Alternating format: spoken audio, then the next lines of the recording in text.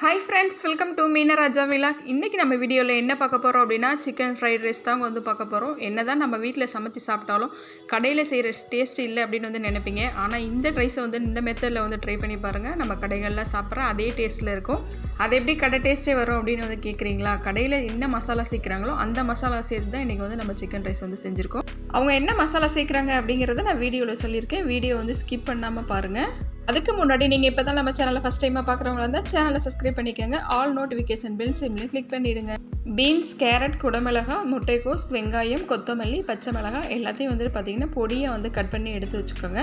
நாம் எடுத்துருக்க இந்த காய்கறிகளை எவ்வளோ மெலிசாக கட் பண்ண முடியுமோ அவ்வளோ மெலிசாக கட் பண்ணிக்கோங்க. ஏன்னா நம்ம வந்து ஃப்ரைட் ரைஸில் ஆஃப் பாயில் தான் வேக வைக்க போகிறோம். அதனால தான் வந்துட்டு நான் மெலிசாக வந்து கட் பண்ண சொல்கிறேன். அப்போ தான் ஈஸியாக குக் ஆகும்.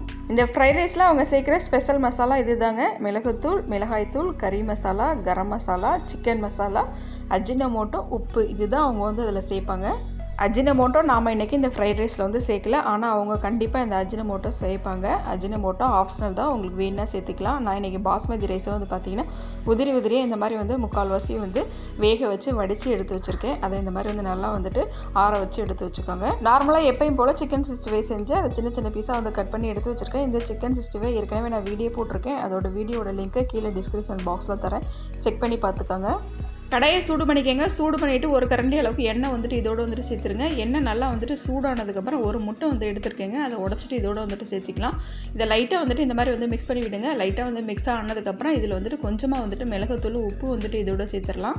சேர்த்ததுக்கப்புறம் இதை மிக்ஸ் பண்ணி விட்டுருங்க. இந்த முட்டை வந்து பார்த்திங்கன்னா முக்கால்வாசி வெந்ததுக்கப்புறம் இதோட வந்து நம்ம வந்து காய்கறி சேர்த்துக்கலாம். ஃபஸ்ட்டு வந்துட்டு வெங்காயம் வந்துட்டு இதோட சேர்த்துக்கலாம். அதுக்கப்புறம் வந்து நம்ம கட் பண்ணி வச்சுருக்க காய்கறிகள் எல்லாத்தையும் வந்துட்டு இதோட சேர்த்துக்கலாம். நம்ம கட் பண்ணி எடுத்து வச்சுருக்க பீன்ஸ், கேரட்டோட முட்டைக்கோஸோட அளவு வந்து கொஞ்சம் கூடுதல் அளவாக இருக்க மாதிரி வந்து சேர்த்துக்கோங்க. இது எல்லாத்தையும் சேர்த்து நல்லா இந்த மாதிரி வந்து மிக்ஸ் பண்ணி விட்டுறலாம். நம்ம சேர்த்துருக்க இந்த காய்கறிகள் வந்து பார்த்திங்கன்னா ஆஃப் பாயில் வேகிற வரைக்கும் அடுப்பு வந்துட்டு பார்த்திங்கன்னா மீடியம் ஃப்ளேம்லேயே வச்சு இந்த மாதிரி வந்து நல்லா வந்து மிக்ஸ் பண்ணி விடுங்க.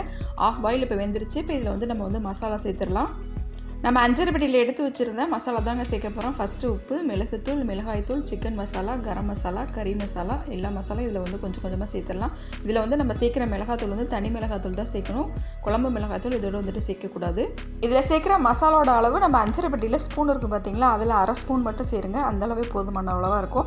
இப்போ இந்த மசாலா சேர்த்ததுக்கப்புறம் இதை வந்து நல்லா வந்துட்டு நம்ம வந்து மிக்ஸ் பண்ணி விட்டுறலாம். இந்த காய்கறியோடு நம்ம சேர்த்துருக்க அந்த மசாலா வந்து நல்லா மிக்ஸ் ஆகணும். தண்ணி எதுவும் சேர்க்கக்கூடாதுங்க. இப்போ நம்ம வந்து நல்லா வந்து மிக்ஸ் பண்ணியாச்சு. காய்கறி வந்து ஆஃப் பாயில் வந்து வெந்துருச்சு. இப்போ நம்ம வந்து உதிரியாக வடித்து வச்சுருக்கோம் பார்த்தீங்களா பாஸ்மதி ரைஸ், அதை வந்துட்டு இதோட வந்துட்டு சேர்த்துடலாம்.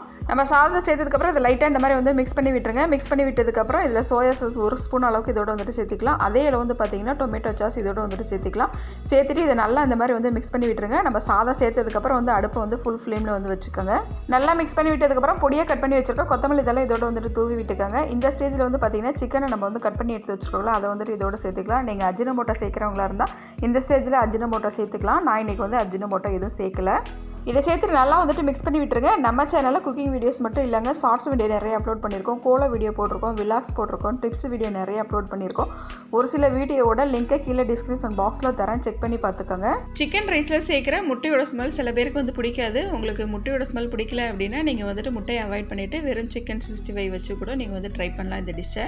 ஆமாம், இன்றைக்கி இதில் வந்துட்டு பாஸ்மதி ரைஸ் சேர்த்துருக்கோம். நீங்கள் பாஸ்மதி ரைஸ் இல்லாமல் ஆர்டினரி ரைஸ் கூட வந்து சேர்த்துக்கலாம். நம்ம எடுக்கிற ரைஸ் வந்து பார்த்திங்கன்னா கொஞ்சம் உதிரியாக இருக்க மாதிரி வந்து வடித்து எடுத்து வச்சுக்கோங்க. இப்போ இதை வந்துட்டு நம்ம வந்து பிளேட்டில் வந்து மாற்றி எடுத்து வச்சுக்கலாம். சிக்கன் ரைஸ்னாவே கடையில் தான் சாப்பிட முடியுமா அப்படின்னு நினைக்கிறவங்களுக்காண்டி தான் இந்த வீடியோ. இந்த மெத்தடில் நீங்கள் ட்ரை பண்ணி பாருங்கள். கண்டிப்பாக வந்துட்டு கடையில் சாப்பிட்ற அதே டேஸ்ட்டில் வந்துட்டு இருக்கும்.